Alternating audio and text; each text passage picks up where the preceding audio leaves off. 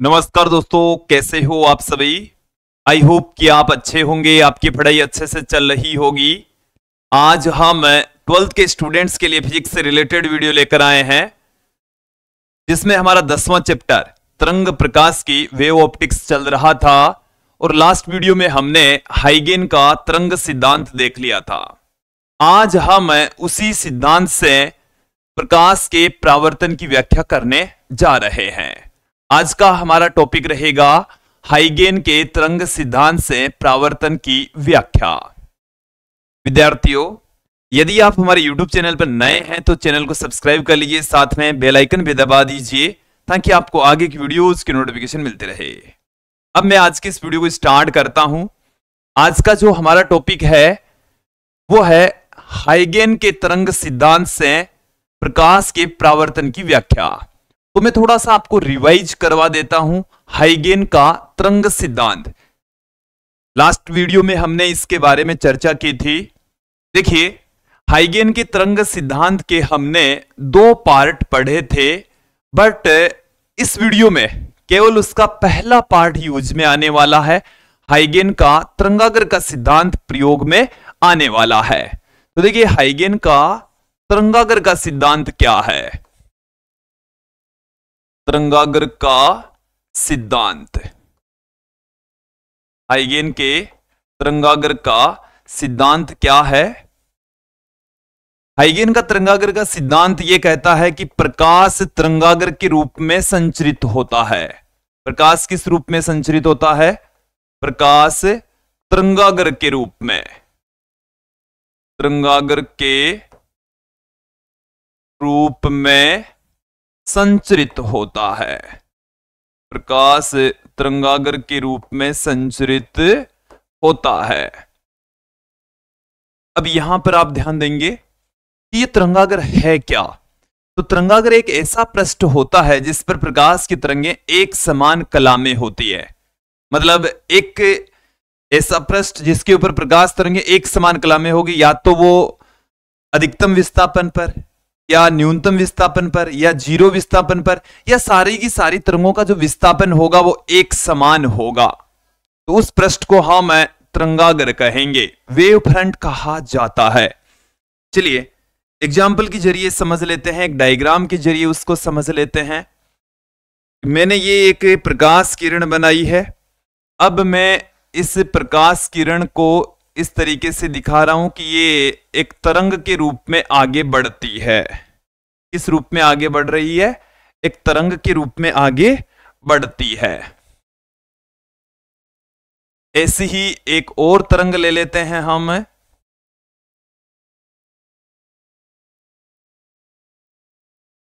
और नजदीक यहां पर ही रख लेते हैं। अब मैं यहां पर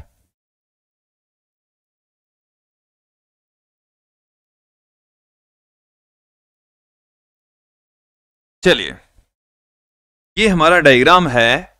यहां मैंने 4 प्रकाश की किरणें दिखाई है। ये प्रकाश किरण है और ये प्रकाश किरण का तरंग रूप है। ये वाला जो आप देख रहे हैं व्हाइट वाला, वह है कि जो प्रकाश है वो तरंग के रूप में संचरित होती है। ओके, अब यहां पर मैं आपको बताने जा रहा हूं तरंगाग्र। तरंगाग्र क्या होगा? इस प्रकाश किरण के तो लंबवत, प्रकाश किरण के लंबवत, और ऐसा पृष्ठ होगा जिसके ऊपर प्रकाश की तरंगें एक समान कला में होगी। प्रकाश की तरंगें क्या होगी? एक समान कला में। जैसे ये मैंने दिखाया, तो ये एक तरंगाग्र है।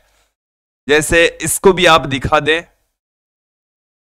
एक पृष्ठ है, इस तरीके से है, इन प्रकाश किरणों के लंबवत है, या यदि ये प्रकाश किरणें बोर्ड के तल में है तो ये जो पृष्ठ है वो बोर्ड के तल के लंबवत है।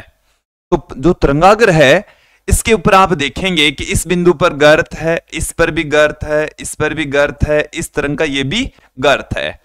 तो सारी तरंगें हैं वो एक समान कला में है, सबका विस्थापन सेम है। यहां पर भी देखें अधिकतम विस्थापन, हर एक जगह पर अधिकतम विस्थापन है। और देखें ये भी एक तरंगाग्र है, ये भी एक तरंगाग्र है। ये भी क्या है? तरंगाग्र है। तो विद्यार्थियों, तरंगाग्र क्या है? एक ऐसा पृष्ठ जिसके ऊपर प्रकाश की किरणें एक समान कला में होती है, उसको हम तरंगाग्र कहते हैं। उसको हम क्या कहते हैं? तरंगाग्र कहा जाता है। अब मैं एक और महत्वपूर्ण बात आपके सामने रखने जा रहा हूं कि जैसे प्रकाश की किरण इधर चलती है तो तरंगाग्र उसके ठीक लंबवत होता है। तरंगाग्र क्या होता है? उसके ठीक लंबवत एक पृष्ठ होता है, उसको हम तरंगाग्र कहते हैं। इस पृष्ठ और इस प्रकाश किरण के बीच का जो कोण होता है वो 90 डिग्री होता है। इनके मध्य का कोण कितना होता है? ये तो हमारे पास में है तरंगाग्र। ये हमारे पास में क्या है? तरंगाग्र है। ये हमारे पास में है प्रकाश किरण। ये क्या है? प्रकाश किरण है ये। और इनके बीच का जो एंगल है वो है 90 डिग्री। तरंगाग्र और प्रकाश किरण के बीच का कोण कितना होता है? 90 डिग्री होता है। तो ये क्लियर हो जाना चाहिए, समझ आ जाना चाहिए। अब मैं अपने टॉपिक की ओर आपको और आगे ले चलता हूं। हाइगेन का तरंग सिद्धांत। हाइगेन का तरंग सिद्धांत आपको क्लियर हो गया होगा, जो अपने यूज में आएगा वो मैंने बता दिया है। प्रकाश का परावर्तन। अब देखिए, परावर्तन की व्याख्या करेंगे तो आपको परावर्तन का मतलब भी समझ में आना चाहिए। प्रकाश का परावर्तन होता क्या है? ये हमारे पास में एक अंतरा पृष्ठ है, चमकीला पृष्ठ है। इसके ऊपर प्रकाश की किरण इस तरीके से आपतित हो रही है। आपतित होकर यदि उसी माध्यम में वापस लौट जाए तो इस घटना को हम प्रकाश का परावर्तन कहते हैं। इस किरण को हम आपतित किरण कहेंगे। इस किरण को क्या कहा जाता है? आपतित किरण। और इस किरण को हम कहते हैं परावर्तित किरण। इस किरण को हम क्या कहते हैं? परावर्तित किरण। तो यह है प्रकाश का परावर्तन, और इसी घटना की हम हाइगेन के तरंग सिद्धांत से व्याख्या करने वाले हैं। चलिए, हमारा जो टॉपिक है वो है हाइगेन के तरंग सिद्धांत से प्रकाश के परावर्तन की व्याख्या। तो दो माध्यमों को अलग करने वाला पृष्ठ अंतरा पृष्ठ ले लेते हैं। सर्वप्रथम मैं क्या लेकर चल रहा हूं?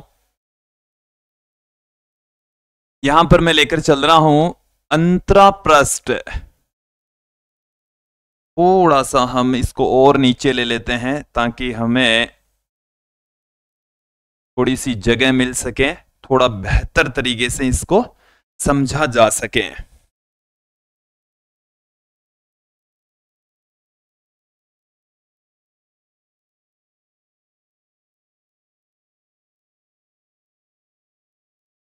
चलिए, ये हमारे पास में है अंतरा पृष्ठ। अंतरा पृष्ठ को मैं यहां पर एम डेस से पुट कर रहा हूं। अंतरा पृष्ठ क्या होता है? दो माध्यमों को अलग करने वाला पृष्ठ होता है। इस पृष्ठ के ऊपर एक माध्यम है, इस पृष्ठ के नीचे दूसरा माध्यम है। तो दो माध्यमों को अलग करने वाला पृष्ठ है, उसको हम अंतरा पृष्ठ कहते हैं। ये हो सकता है ऊपर वायु हो, नीचे कांच हो, ऊपर वायु हो, नीचे जल हो। तो दो माध्यम है, और इस लाइन के या इस पृष्ठ के जस्ट ऊपर एक माध्यम है, इसके जस्ट नीचे दूसरा माध्यम है। क्लियर? अब देखें, इसके ऊपर हम प्रकाश की तरंगें आपतित करवाएंगे। इसके ऊपर हम क्या आपतित करवाने वाले हैं? प्रकाश की तरंगें आपतित करवाएंगे। ये हमारे पास में एक प्रकाश की किरण आकर आपतित हो रही है। ये हमारे पास में यहां से दूसरी प्रकाश की किरण आकर आपतित हो रही है। ये दोनों प्रकाश की किरणें हैं वो एक दूसरे के समांतर हैं। थोड़ा सा इसको मैं टच करवा देता हूं यहां पर, और कोई दिक्कत नहीं होनी चाहिए। फिर देखें, अब ये जब परावर्तित होती है,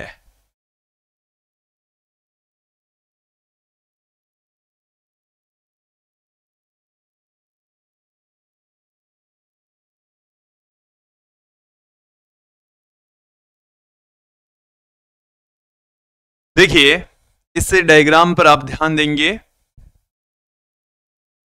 कि हमारे पास में ये आपतित प्रकाश की किरणें हैं, ये यहां से टकराएगी, इस बिंदु से टकरा रही है, ये इस बिंदु से टकरा रही है, टकराने के बाद में इधर जा रही है। इतना आपको समझ आ गया? इतना क्लियर हो गया? अब देखो ये जो प्रकाश की किरणें आ रही है, इसके जस्ट लंबवत, इसके जस्ट लंबवत एक पृष्ठ होगा जिसको हम कहते हैं तरंगाग्र। इस तरंगाग्र को, ये वाला जो तरंगाग्र है, इसको हम कहते हैं आपतित तरंगाग्र। इसको क्या कहा जाएगा? आपतित तरंगाग्र कहा जाएगा। जब ये अंतरा पृष्ठ से टकराएगा तो टकराने के बाद में प्रकाश की किरणें इधर जाएगी और इनके जस्ट लंबवत ये मैं एक पृष्ठ ले रहा हूं और इस पृष्ठ को हम कहते हैं परावर्तित तरंगाग्र। आपतित तरंगाग्र और परावर्तित तरंगाग्र, इन दोनों को एक बार समझ लीजिए। ये हमारे पास में है परावर्तित तरंगाग्र। तरंगाग्र यहां से टकराया, इधर चला गया, तो ये जो तरंगाग्र हुआ वो परावर्तित तरंगाग्र है। ओके, अब यहां पर ध्यान दें, ये तरंगाग्र इस तरीके से आगे बढ़ता बढ़ता बढ़ता यहां आ जाएगा। यहां पर आएगा तो यहां पर मैं इस तरंगाग्र को दिखाने के लिए इस तरीके से, ये इसके जस्ट लंबवत होगा। इसके क्या होने वाला है? जस्ट लंबवत होने वाला है। यहां पर भी ये इसके जस्ट लंबवत होगा इस तरीके से। ये हमारे पास में परावर्तित तरंगाग्र है, ये आपतित तरंगाग्र है। ऐसे आकर टकराया और टकराने के बाद में इधर चला गया, ये है परावर्तित तरंगाग्र। ये प्रकाश की किरणें ऐसे जा रही है इसमें और इसमें आकर इस तरीके से टकरा रही है। ओके, डायग्राम को आप ढंग से समझ लें, फिर कोई दिक्कत नहीं आएगी, कोई इश्यू नहीं होगा। ये प्रकाश की किरण यहां पर आकर टकरा रही है तो मैं यहां पर अभिलंब का निर्माण कर देता हूं। ये हमारे पास में अभिलंब है, यहां पर इसको मैं नाम दे देता हूं एन डैश, और यहां पर भी मैं एक अभिलंब का निर्माण कर लेता हूं और ये भी हमारे पास में, इसको भी मैं एन डैश से नाम दे देता हूं, हालांकि कोई फर्क नहीं पड़ना। ये आ गया समझ में इतना? एक बार इस डायग्राम को आप पुनः समझ लें, क्या क्या है कि ये हमारे पास में एक प्रकाश की किरण है, यहां से टकराकर इधर जा रही है। इसी के समांतर हमने एक दूसरी प्रकाश किरण ली जो यहां से टकराकर इधर जा रही है। इन दोनों ही प्रकाश किरणों के लंबवत एक पृष्ठ होगा। उस पृष्ठ पर प्रकाश की किरणें एक समान कला में होगी, जिन्हें हम तरंगाग्र कहेंगे। जो तरंगाग्र आ रहा है, अंतरा पृष्ठ से आकर टकरा रहा है, उसको हम कह रहे हैं आपतित तरंगाग्र। क्या कह रहे हैं? आपतित तरंगाग्र। अब जो इससे टकराने के बाद में जो तरंगाग्र जा रहा है इधर, मैंने जैसे अपना हाथ रखा है इस तरीके से जाएगा, उसको हम कह रहे हैं परावर्तित तरंगाग्र। ठीक है, मैंने जहां से प्रकाश की किरणें इस अंतरा पृष्ठ से आकर टकराती है उस पर अभिलंब का निर्माण किया है। अभिलंब तथा आपतित किरण के बीच के कोण को हमने आई से लिखा है और अभिलंब तथा परावर्तित किरण के बीच के कोण को हमने आर से लिखा है। यह आपको क्लियर हो जाना चाहिए। अब देखें, इसको मैं नाम दे देता हूं, इस तरंगाग्र को यहां पर ए और इसको मैं नाम दे देता हूं बी। देखिए ये वाला जो बिंदु है ए है, वो ए यहां से टकराकर यहां पहुंच जाता है, इसको नाम दे देते हैं ए डैश। ये बी यहां पहुंच जाता है, इसका नाम हो गया है बी डैश। या आप इसको ऐसे कर सकते हैं, देखिए इसको ए है, ये बी पहुंच जाता है, जैसे मान लीजिए कि ए डैश पर। चलिए इसको ए डैश, इसको बी डैश, इसी तरीके से एक बार नाम दे देते हैं। नाम में क्या है, कोई इश्यू नहीं होना चाहिए। ये ए पहुंच जाता है ए डैश पर, बी कहां पहुंच जाता है बी डैश पर। समान समय अंतराल के अंदर पहुंचेंगे, एक ही समय के अंदर ये पहुंचने वाले हैं। ओके, इतना आपको डायग्राम समझ में आ गया तो फिर कोई इश्यू नहीं होने वाला है, आराम से समझ में आ जाएगा। देखिए, प्रकाश का परावर्तन का मतलब है कि आपतित किरण, परावर्तित किरण तथा अभिलंब तीनों एक ही तल में स्थित होते हैं। साथ में आपतन कोण और परावर्तन कोण दोनों का मान बराबर होता है। चलिए यहां पर आप ध्यान देंगे, मैं यहां पर, ये हमारे पास में एंगल आई है, देखो ध्यान देंगे आप लोग, ये हमारे पास में एंगल आई है और ये है यहां से इसके जस्ट लंबवत है। ये वाला जो एंगल है, देखो ये वाली लाइन और ए बी दोनों एक दूसरे के लंबवत है, तो ये आई हो गया, तो ये अपने पास में क्या हो जाएगा, 90 माइनस आई हो जाएगा, 90 माइनस आई हो जाएगा। थोड़ा सा इसको मैं बड़ा करके दिखा देता हूं, हालांकि आपको दिखाई नहीं दे रहा होगा। ये वाला जो एंगल है वो हमारे पास में है 90 माइनस आई। ओके, अब यहां से अभिलंब और इस पृष्ठ के बीच का टोटल एंगल है 90, ये 90 माइनस आई, तो ये वाला यहां से लेकर यहां तक का जो एंगल है वो हमारे पास में आ गया है आई, वो हमारे पास में क्या आ गया है, आई। एक बार इसको देख ले कि यहां से यहां तक एंगल है 90, ये आई है, तो ये हो गया 90 माइनस आई। यहां से यहां तक का एंगल है 90, ये 90 माइनस आई, तो ये कितना हो गया, आई हो गया। अब भी यदि आपको समझ नहीं आया तो इधर ध्यान देंगे, हमारे पास में क्या है,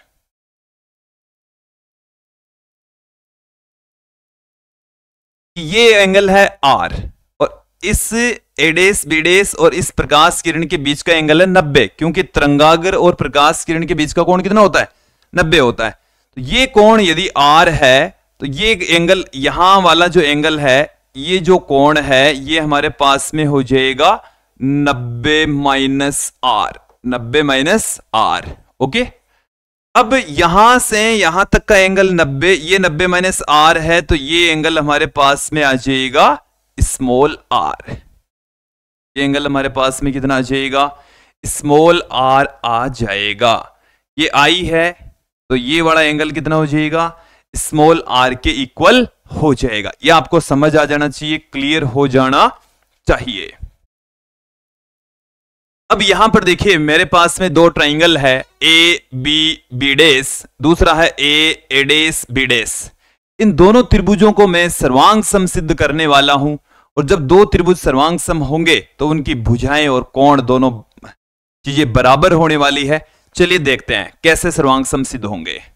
आप यहां पर ध्यान देंगे कि बिंदु ए, मान लेते हैं कि टी समय में ए डेस पर पहुंच जाता है, तो उतने ही समय टी में बिंदु बी है वो बी डेस पर पहुंच जाएगा।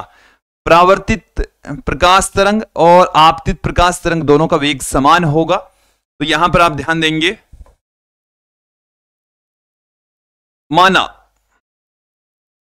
माना ए टी समय में, कितने समय में, टी समय में एडेस पर पहुंचता है। कहां पहुंच रहा है, एडेस पर पहुंच रहा है। उतने ही समय में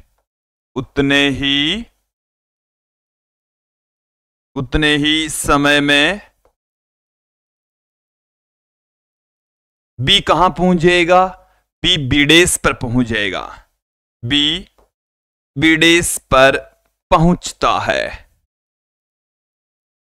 दोनों को पहुंचने में लगा जो समय है वो सेम है, दोनों को पहुंचने में लगा समय क्या है, सेम। और आपतित प्रकाश किरण और परावर्तित प्रकाश किरण की जो चाल है वो सेम है, चाल दोनों की क्या है, सेम। तो प्रकाश की जो चाल है वो है सी, मैं कंसीडर कर लेता हूं यहां पर प्रकाश की चाल है हमारे पास में सी, प्रकाश की चाल कितनी है, सी। अब मैं यहां पर ये दूरी लिखना चाह रहा हूं, ए डेस कितनी है, बी बी डेस कितनी है। दूरी बराबर होता चाल इंटू समय, दूरी बराबर क्या होता है, चाल इंटू समय, और चाल हमारे पास में सी है, समय हमारे पास में है स्मॉल टी। तो देखिए क्या आ जाएगा, दूरी बराबर हम जानते हैं चाल इंटू समय।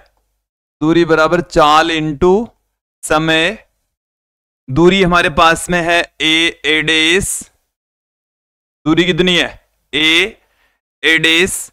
तो ये दूरी आ गई। अब इसमें चाल तो है, प्रकाश की चाल सी, और यहां से यहां तक आने में लगा समय मैंने कंसीडर कर लिया है स्मॉल टी। तो सी इंटू टी आ गया, और इसको दे देता हूं समीकरण 1। इसको हमने क्या दे दिया, समीकरण 1 दे दिया। इसी प्रकार से हमारे पास में बी डेस क्या आ जाएगा, चाल इंटू समय। चाल कितनी, सी, समय कितना, टी। तो सी टी आ गया, ये आ गई इक्वेशन नंबर 2। ओके। अब यहां पर हम ध्यान देंगे कि दोनों जो त्रिभुज हैं वो सर्वांग सम त्रिभुज है। त्रिभुज देखो अभी सिद्ध कर देंगे, ए बी डेस, और दूसरा त्रिभुज हमने ले लिया है ए डेस बी डेस। इन दोनों में सर्वांग समता सिद्ध करनी है। सर्वांग समता सिद्ध करने के लिए देखिए, एक तो दोनों की भुजाएं ए बी डेस, इसकी ये वाली भुजा, इस त्रिभुज की ये वाली भुजा ए बी डेस, और इसकी भी ये वाली भुजा ए बी डेस, ये उभयनिष्ठ भुजा है। ये कैसी है, ये दोनों के अंदर कॉमन है। तो दोनों में ये एक भुजा कॉमन है, तो दोनों में एक भुजा तो क्या हो गई है विद्यार्थियों, बराबर हो गई है, एक बराबर हो गई। अब ए से ए डेस की दूरी, बी से बी डेस की दूरी, ये भी बराबर है। ये देखो समीकरण 1 और 2 से, समीकरण 1 व 2 से हमारे पास में क्या आ गया, ए डेस है वो बराबर है बी डेस के। दोनों भुजाएं क्या है, ये वाली भुजा और ये वाली भुजा बराबर है। इसके साथ में यहां वाला ये एंगल है, ये 90 डिग्री, ये वाला एंगल भी कितना, 90 डिग्री। तो दोनों का कोण समान है। दोनों का कोण क्या है, समान। यहां पर आप ध्यान देंगे, कोण ए बी डेस, और ये वाला कोण कितना है, ए डेस बी डेस। कोण ए डेस बी डेस दोनों ही 90 डिग्री है। तो यहां पर हमने दो भुजाएं बराबर कर दी, एक कोण बराबर कर दिया, उनके बीच का कोण बराबर कर दिया है हमारे पास में। तो दोनों त्रिभुज सर्वांग सम त्रिभुज होंगे। तो दोनों ही त्रिभुज कैसे होंगे, दोनों ही त्रिभुज ए डेस ए बी डेस और त्रिभुज ए डेस बी डेस कैसे हैं, सर्वांग सम त्रिभुज हैं। कैसे त्रिभुज हैं, सर्वांग सम त्रिभुज है। और यदि दो त्रिभुज जब सर्वांग सम होते हैं तो तीनों कोण और तीनों भुजाएं बराबर होती है। तीनों कोण और तीनों भुजाएं क्या होती है, बराबर। तो इसकी ये वाला कोण और ये वाला कोण बराबर होगा। हमारे को यही सिद्ध करना है, ये वाला कोण और ये वाला कोण क्या होगा, बराबर। कोण आई और कोण आर क्या हो जाएगा, बराबर हो जाएगा। वीडियो के अंतिम दौर में पहुंच चुके हैं, हमारे को 2 मिनट और लगेगी। कोण आई और कोण आर क्या हो गया, बराबर हो गया। और यही परावर्तन का एक नियम है। यही क्या है, यही परावर्तन का नियम है, प्रकाश के परावर्तन का नियम है। एक नियम और है कि आपतित किरण, देखो एक और क्या है, आपतित किरण, परावर्तित किरण और अभिलंब एक ही तल में स्थित होते हैं, जो कि हम डायग्राम से बता सकते हैं। चित्र से स्पष्ट है, क्या स्पष्ट है, चित्र से स्पष्ट है कि आपतित किरण कोमा परावर्तित किरण व अभिलंब तीनों एक ही तल में स्थित होते हैं। अभिलंब तीनों एक ही तल में स्थित होते हैं। तीनों एक ही तल में स्थित होते हैं। तो विद्यार्थियों, ये है हमारे प्रकाश के परावर्तन के दोनों नियम। आपको मेनली ये वाले जो रिलेशन है वो आपको प्रूफ करना है, हाइगेन के तरंग सिद्धांत से प्रूफ करना है। आप इस वीडियो को आराम से देखें, एक बार में नहीं समझ में आए तो दोबारा देखें, आराम से इसको धीरे धीरे देखेंगे तो आपको क्लियर हो जाएगा। ये था आज का हमारा वीडियो जिसमें हमने हाइगेन के तरंग सिद्धांत से प्रकाश के परावर्तन की व्याख्या की। नेक्स्ट वीडियो में हम फिर मिलते हैं जिसमें हम हाइगेन के तरंग सिद्धांत से प्रकाश के अपवर्तन की व्याख्या करेंगे। आज की इस वीडियो में इतना ही। धन्यवाद दोस्तों।